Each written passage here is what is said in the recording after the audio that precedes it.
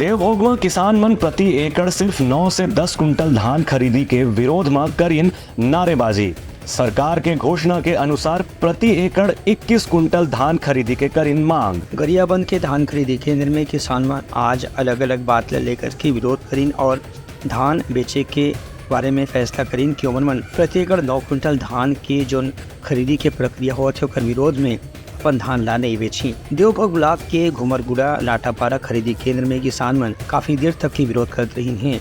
इमन के कहना जैसे कि अनावरी रिपोर्ट के आधार में जो फसल के रकबा है ओखरे अनुसार धान खरीदी होना चाहिए। देवभोग के 10 खरीदी केंद्र में प्रति एकड़ 9 से 10 और 11 क्विंटल धान खरीदी के जो नोटिस जारी करे गिरे से ओकर से ही किसान मन खास तौर से नाराज रही हैं, अपन विरोध प्रदर्शन करत रही हैं। फिलहाल इस संबंध में प्रशासन के लोगन मन किसान मन से चर्चा करके समस्या के समाधान के प्रयास करत रही हैं।